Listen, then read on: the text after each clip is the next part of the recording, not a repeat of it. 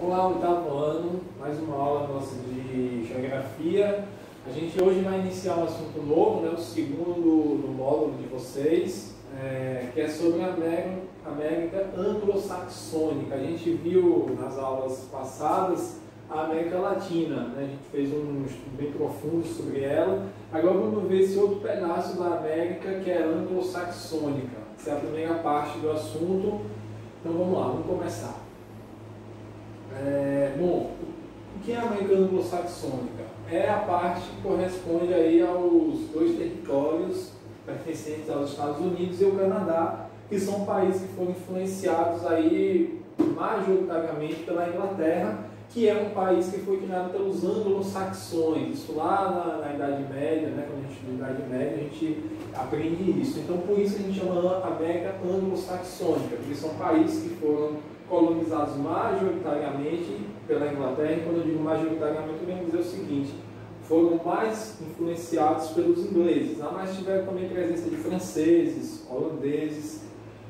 E como a Inglaterra foi quem mais influenciou esses países, a Inglaterra foi criada pelos anglo-saxões, então a gente tem a América anglo-saxônica, tá?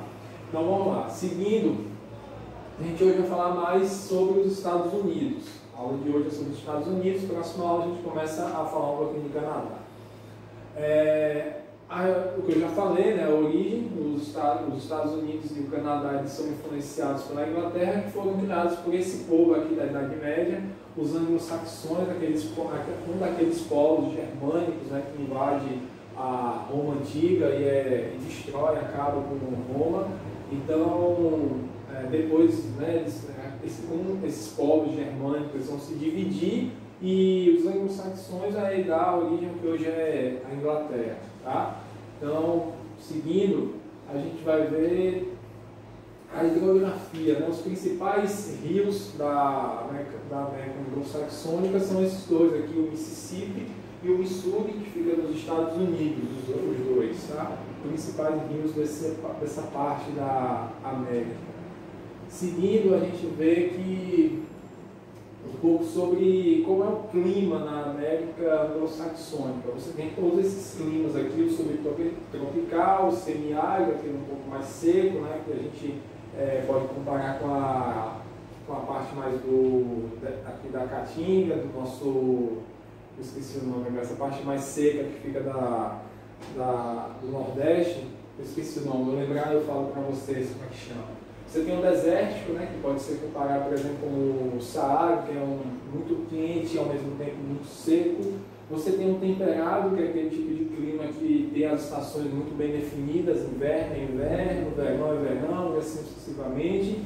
E nos Estados Unidos, que é o foco da aula de hoje, você tem o frio, né, o clima frio como predominante. Você tem um pouco também mais ao nordeste, o subtropical, você tem ali na parte do Texas e do Arizona, você tem um pouco do semiárido, desértico, mas o temperado, né, o frio, é o que predomina ali no território americano. As estações do ano são muito bem definidas. O inverno é bem rigoroso, é bem inverno mesmo, e o verão é verão, né, com sol, né, com ali o tempo aberto. Então você tem muito bem definido em boa parte do território americano o clima temperado ou frio, né?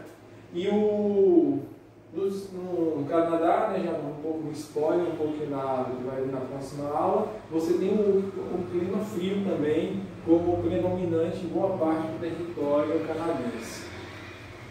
Vamos lá, colonização. Como eu já falei no início da aula, a Inglaterra, a França e a Holanda são os principais países que colonizaram, né, tanto nos Estados Unidos como no Canadá, mas a influência maior deles são os ingleses. E aí, novamente explicando, por isso que eles são a América anglo-saxônica, já que a Inglaterra foi criada pelos anglo-saxões ali, né, durante a Idade Média, depois do fim da Roma Antiga.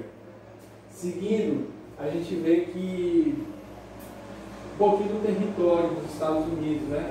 Por que se chama Estados Unidos? Principalmente pela sua configuração, né? A configuração já explica muito o nome do país. são Estados Unidos, né? Estados que são unidos, é como um quebra-cabeça, você vai montando ali um território, vai se encaixando no outro. Então o nome do país reflete muito bem o mapa, né? São estados que se encaixam, bem unidos entre eles, então está aí a explicação do nome do país. Os Estados Unidos possui 50 estados, mais o Distrito de Colômbia, onde fica a capital, Washington.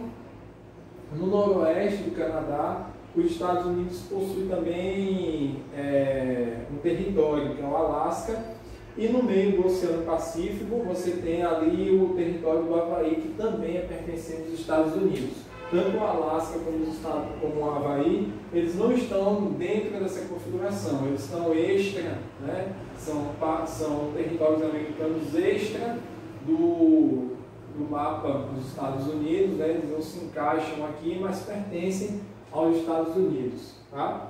Você tem o Havaí, que é muito conhecido, né, pelas suas praias, é muito parecido ali com os países da América Central, o clima, né? Então, já o Alasca fica ali mais próximo da parte glacial do norte, então o clima é bastante frio, né? Você tem o frio como bastante predominância ali nessa região. Seguindo, você tem a independência americana e você tem aí tem vários nomes, né, na independência dos Estados Unidos. Você tem o Thomas Jefferson, aqui à direita de vocês, e o Benjamin Franklin, desculpa, que é à esquerda. Tem outros nomes também, tá? Independência americana, inclusive, é muito bom estudar, porque nesse mesmo período da independência americana você tem a Revolução Francesa. E aí você compara a independência americana com a Revolução Francesa, você vê a diferença, né, entre um e outro. Tanto a Revolução Francesa como a independência americana, elas queriam o quê? Queriam mudar o sistema político, né, em vigência da época. Os Estados Unidos queriam deixar de ser uma colônia da Inglaterra, porque estava tendo muito mais deveres do que direitos em relação aos ingleses. E boa parte dos recursos, né, econômicos da Inglaterra vinham dos Estados Unidos. Mas na hora de separar, de ter os seus direitos, os americanos meio que não eram nada os ingleses. Então eles vão lutar pela sua independência, mas no fim das contas você vai ter de fato uma nação, né? Pessoas ali que lutaram em prol de um propósito e depois criaram ali um país realmente forte. A Revolução Francesa, na mesma época, não, um desastre. Né? Você tem um número de pessoas ali que lutam para acabar com o absolutismo, né, com o despotismo, mas depois essas pessoas elas mesmas vão ficando inimigas delas, quer dizer, um desastre total, sem contar o número de mortes que tem na Revolução Francesa. E a independência americana é um bom exemplo de como você lutar de fato pelo propósito, né? Quando você realmente quer alguma coisa, como você tem que fazer todo o objetivo, o plano, como ele tem que ser traçado, né? Você tem que realmente ter pessoas de fato que queiram o bem de um país, coisa que na Revolução Francesa de fato isso não acontece, era muito dividido, né? As ideias, né? Cada grupo tinha uma ideia diferente, primeiro eles lutam para acabar com o despotismo e depois eles vão lutando entre si.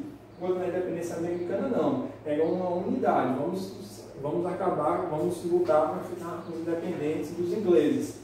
E depois vamos nos unir para virar uma nação. Obviamente que vai ter ali os seus contratempos, como a gente vai ver aqui nos próximos slides. Mas é muito bom estudar a independência americana, porque você tem ali uma noção de fato do que é, como se construir uma nação. Bom, aí você vai ter depois da independência, né? Os Estados Unidos nessa época eram divididos em 13 colônias, nessas 13 colônias se unem, conseguem a independência frente à Inglaterra, vai ter batalhas ali, né? Vai ter um número significativo de mortes, mas não vai ser aquele desastre, como já falei, da Revolução Francesa. E aí você tem a separação ali do norte e do sul, tá? Vamos lá.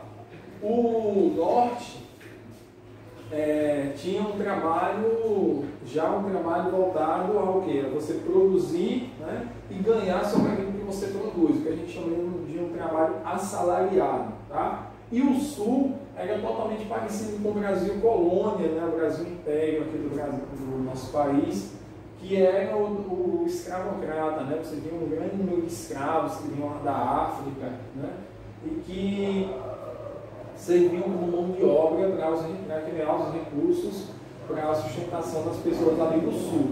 Então você tinha o norte, que já trabalhava nesse sistema, você produz, o que você produz você vai ganhar um salário, você vai entender com ele, e o sul não, era um sistema escravocrata, que você não tinha liberdade nenhuma, e sem contar, né, todos os absurdos que foram feitos com o povo africano quando eles vieram aqui para a América, tanto para o Brasil como também para os Estados Unidos.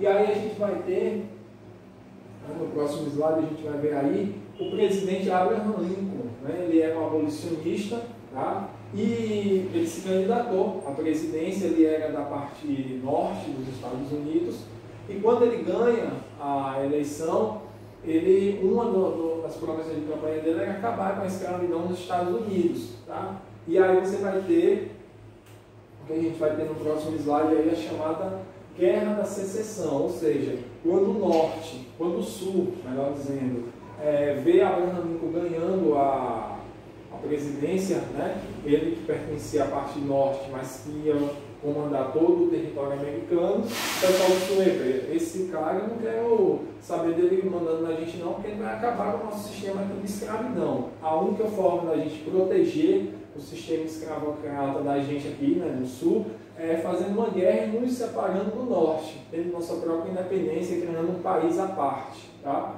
Então você vai ter aí essa guerra que vai ser o objetivo de dividir, né? O sul querendo simplesmente se aliar do norte, que era a parte que já tinha assalariado, e que era o pensamento do Abraham Lincoln para o sul também. Só que o pessoal lá do sul não queria, né? É muito mais proveitoso você ter o sistema escravocrata, porque você produz, aliás, você produz não, os escravos produziam e tudo que era produzido por eles, 100% de lucro, né? E eles não ganham nada com isso. E aí você tem a relação aí do sistema político, que até hoje está em vigência nos Estados Unidos. O sul, né, que era a parte dos escravos, foi onde surgiu o Partido Democrata, que hoje é o partido de esquerda dos Estados Unidos. E o Partido Republicano, que era a parte do norte, que era a parte que já trabalhava com um sistema de salário, é onde vai surgir o Partido Republicano, que é um partido de direita, né? Esses são os dois partidos hoje, os únicos que tem nos Estados Unidos. Ou você é republicano ou você é democrata. Seguindo, você vai ter aí a chamada Ku Klux Klan, tá? Isso aí é um grupo que perseguia, né, brancos, aliás, ele era formado por brancos que perseguia negros, tá? Esse grupo ele vai ser formado logo depois do fim da Guerra da Secessão, que vai ter o Norte como vencedor, e aí o Sul vai ter que acabar, né, com a escravidão, porque eles perderam a guerra. A Ku Klux Klan vai surgir justamente nessa parte dos Estados Unidos, no Sul, tá? E qual era o foco deles? Eram pessoas brancas, né, que perseguiam e matavam os negros, que eram libertos na pós-Guerra da Secessão, não só do Sul, como também do Norte. Era um grupo que perseguia e matava os negros, tá? Tanto aqueles que foram libertados, né, pós-Guerra da Secessão, ou que era do Norte, que não era escravo, mas que, enfim, eles achavam que eram os grandes culpados pelo fim desse sistema abominável que tinha lá no Sul. Então a Ku Klux Klan surgiu pós-Guerra da Secessão com esse objetivo. Já que a gente não tem mais sistema de escravidão, vamos perseguir os negros, porque aí a gente pode ter ainda talvez uma esperança de, através do medo, né, talvez fazer com que eles retornem no período da escravidão, mas de fato não conseguem. Então esse grupo aí que era tomado, né, hegemonicamente por brancos, tinha essa política, digamos assim, né, de perseguir os negros que foram libertos do norte, do sul, melhor dizendo, e perseguir inclusive os do norte. Vamos lá. Bom, Aí você tem essas duas figuras políticas, né? O ex-presidente Barack Obama e o Donald Trump. Então eu trouxe eles, tá? Porque é o seguinte, a gente escuta muito, né? Falar sobre, principalmente o Donald Trump, esse caso do George Floyd, não sei o que, esse Donald Trump, esse partido dele é de racista, que não sei o que. O Donald Trump, ele é do Partido Republicano. Como eu falei para vocês, o Partido Republicano é onde ele surgiu justamente na parte onde, na época da Guerra da Secessão, você tinha um sistema de pessoas livres que ganhavam de acordo com o que produziam, tinha um salário. O Barack Obama, ele pertence ao partido de esquerda nos Estados Unidos, que é o Democratas, que na época da Guerra da Secessão tinha um sistema de escravidão, e que é onde surgiu a Ku Klux Klan, que eu mostrei no slide passado. Então eu estou trazendo isso aqui porque a gente precisa, às vezes a gente meio que confunde as coisas, né? O Donald Trump, porque ele é branco, né? Então esse cara ele é racista. O Barack Obama que é o cara que representa os negros. Mas o Barack Obama faz parte justamente daquele partido onde você tinha na época da Guerra da Secessão a escravidão e que onde surgiu a tal da Ku Klux Klan. Já o Donald Trump é o oposto, né? Ele faz parte daquele partido que na época da Guerra da Secessão, você tinha as pessoas livres, não existia escravidão, e que, graças ao partido dele, né, ao partido do Norte, onde surgiu o Partido Republicano, a escravidão dos Estados Unidos acabou. E, inclusive, é o mesmo partido do Abraham Lincoln, que acabou com a escravidão. Então, isso é só para a gente refletir um pouquinho, porque as aparências meio que enganam, né? Seguindo. Você tem aí o Martin Luther King Jr., né, um dos grandes nomes aí do combate ao racismo nos Estados Unidos, que de fato existe, tá? A sociedade americana ela é muito, ainda hoje, muito dividida, né? Brancos contra negros, existe essa divisão muito forte lá dentro. O Martin Luther King Jr. foi um dos grandes nomes para acabar, né, para unir o povo americano. Não existia essa divisão entre negros e brancos. Só que o Martin Luther King, ao contrário, né, do que a gente vê muito hoje, né, não sei se vocês têm essa mesma visão, mas eu vejo hoje muito aquela ideia do vitimismo, né, do lado da parte dos negros. Não, porque a gente foi escravo, porque a gente sofreu, então a gente tem que ser visto com um olhar diferente da sociedade e tudo mais. E o Martin Luther King batia justamente nessa tecla. Ele dizia o seguinte: o negro não tem que se vitimizar. Ele tem que olhar a vida como todo mundo olha, né? Ele tem que lutar como todos olham, não querer ser olhado diferente pelo governo, pelas pessoas. Ele é igual como qualquer outro povo. Então vamos arregaçar as mãos, vamos lutar, né? Não vamos ficar só chorando as mágoas do passado e ficar justificando tudo que aconteceu no passado pela nossa desgraça na atualidade. Vamos esquecer o passado, ficou no passado, vamos pensar para frente, vamos lutar, né, e tudo mais. Então ele tinha muito esse discurso que estava meio que subvertido, né? O discurso dele meio que hoje foi tomado justamente por essa outra ideia, né, do vitimismo. Muitas pessoas atribuem a ele, mas ele não pensava dessa forma não. Ele sabia assim, que o negro ele tinha a letra parte, né, tinha a parte histórica assim, que fazia parte do seu presente, né, a parte da escravidão sim, que algum fato tem uma relação com as dificuldades que o negro passa na atualidade, mas não é tudo isso, não é só isso, né? A gente não pode justificar tudo que acontece com o negro porque foi a escravidão do passado. Não, temos que ver também outros ângulos e lutar, de fato. Não ficar só esperando que as pessoas façam e aquele olhar de vitimismo, né? Não, eu tenho que ser olhado diferente pela sociedade. Não, você tem que ser olhado como qualquer outro, tá? E lutar para que acabe essa divisão, tá? Então, eu acho que tem um grande nome desse combate ao racismo de fato que existe nos Estados Unidos. Economia e IDH. Vamos falar um pouco sobre dinheiro, né? Os Estados Unidos é o país mais rico do mundo, mas em questão de IDH, ele é o número 16 no ranking mundial. E por que essa diferença? Se ele é o mais rico, porque ele não é o primeiro do IDH? Primeiro porque você tem... Os Estados Unidos é um país relativamente grande, tá? Você tem essa divisão, né, entre classes sociais que é muito forte lá nos Estados Unidos, que termina evitando que o índice de desenvolvimento humano de fato seja algo produtivo.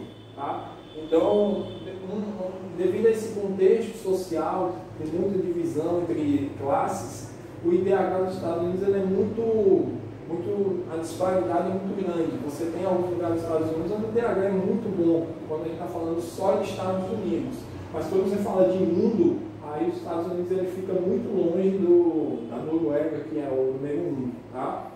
Mas em questão de arrecadar, né, recursos econômicos, ele é disparado, o maior de todos, é o número 1 da economia, o país que mais exporta no mundo, né, o que mais vende e, com certeza, logicamente, o que mais arrecada.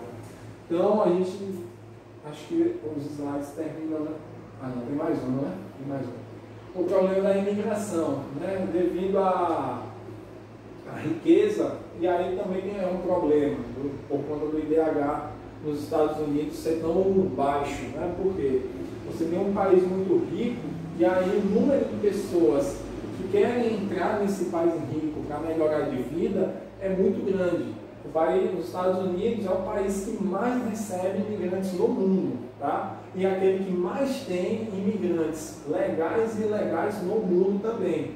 Só que é o seguinte, quanto mais gente entrando no país, né, de outras partes do mundo, menos recursos você vai tendo, né, para a população. Alguns, né, que não conseguem a melhora de vida, às vezes terminam entrando para a criminalidade e isso vai interferir diretamente no IDH dos Estados Unidos. Os Estados Unidos, um dos problemas que ele vive muito hoje é por conta de ter muitos imigrantes lá dentro, nem todos conseguem o seu objetivo de melhorar de vida, também não retornam ao seu país de origem, terminam ficando lá e aí terminam para a criminalidade, que é consideravelmente muito alta, né, consideravelmente alta em relação, por exemplo, à Noruega, que é o número 1 do mundo. A Noruega praticamente é muito baixo, insignificante o número de imigrantes que ela recebe em comparação com os Estados Unidos. Então, até explicando um pouquinho sobre a questão do IDH, é isso. Um dos problemas é justamente esse, os imigrantes. Muitas pessoas querem entrar nos Estados Unidos, alguns terminam, de fato, conseguindo algum sucesso, mas a maior parte não consegue. E aí o que acontece? Criminalidade, eles terminam entrando, o que vai interferir diretamente no IDH, no desenvolvimento humano dos Estados Unidos. O que é uma coisa que está tentando o governo atual, né, dar uma diminuída. Você frear um pouquinho esse negócio de tantas pessoas querendo entrar no país. É que nem na sua casa. Você imagina todo mundo, né, querendo viver lá com você na sua casa, todo mundo do seu bairro querendo viver dentro da sua casa. Vai ser um terror, né? Os recursos vão diminuir bastante para todo mundo e aqueles que não conseguirem vão, na base da força, né, na base da violência, tentar a sua sobrevivência. É mais ou menos o que acontece nos Estados Unidos. Eu acho que agora sim vai acabar, exatamente, certeza. Próxima aula a gente continua falando da América anglo-saxônica, voltado mais para o Canadá. E para casa fica aí as páginas 406, 407, 418 e 419. Nos vemos na próxima semana. Até mais.